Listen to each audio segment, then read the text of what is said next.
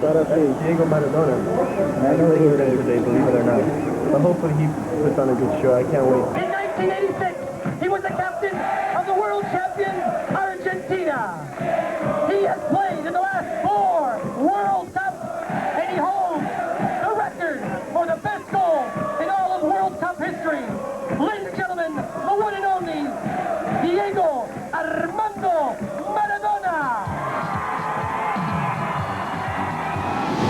The god of soccer is coming to Toronto. He's the second coming. You know, you have San Gennaro and then you have Maradona. He don't care if you're poor or you're millionaire. He trade you same. He was really a global icon already. He was a hero, and everybody wanted to get a photo with him.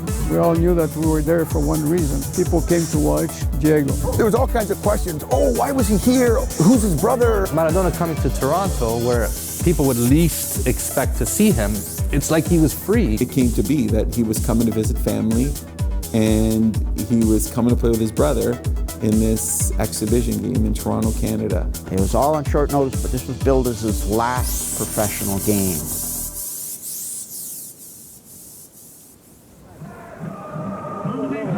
Toronto Italia.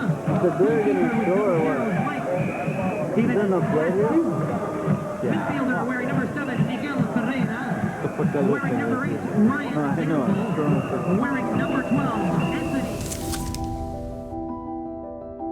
Soccer in the mid-90s was just a bunch of regional leagues. In Canada in general, we had sort of struggled on a world stage. It was very much based on cultural identities and ethnicities. Even in our leagues, Toronto Italia was Toronto Italian. Toronto Italia gave us a sense of identity, of a sense of belonging, of pride. I've been in soccer for a long time. I take over Toronto Italia because I'm Italian.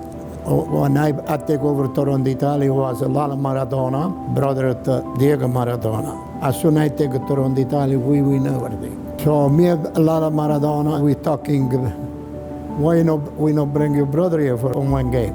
Per me è un sogno che lui venga qua al Canada perché è tranquillo, la gente lo vuole e lo rispettano non come in altra parte, no? You're in the room with this guy and everybody's just kind of looking at him. Some guys were trying to sneak in quick autographs. He was doing keep-ups with a cup. I mean, there was a lot of different things happening.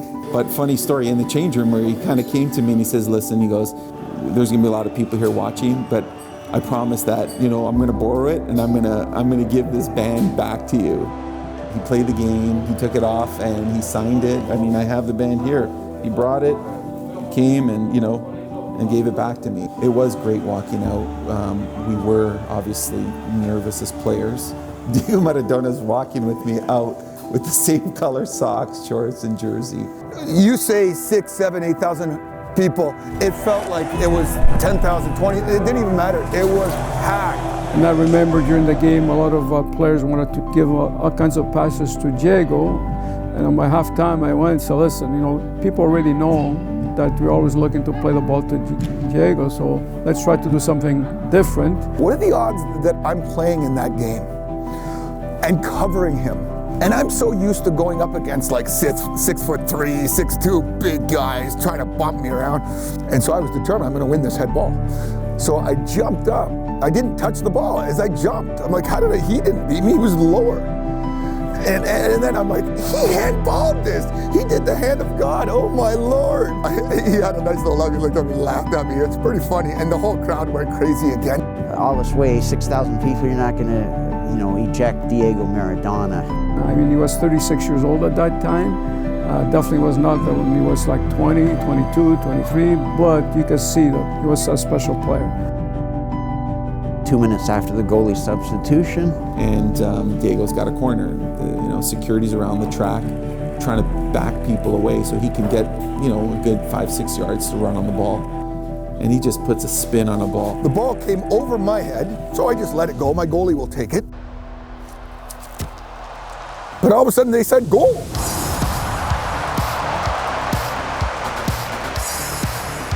And everybody just erupted. And the fans were standing ovation. Fans loved it, they mobbed him. They all left to get to the parking lot and let's get out of here. They were still like, hey, the game's not over yet. And then we won the game 2-1. Making history, his final game. It seemed like he was a young kid, you know, the way he jumped when we scored. For me, it was just wonderful to see what he did for the people. how he made them feel. He was such an entertainer. His divinity comes from the game, but he's revered because, again, of the impact he had on and off the pitch. Number one is the way he was to play soccer. Number two, he's a really gentleman, really friendly. You can see in his blood, he was a winner. He made sure that he was trying to support the players he was playing with, at the same time make it a show for the fans that went and paid to watch him play. This whole story, everything about it, it's life. This is how it all works. Makes you smile.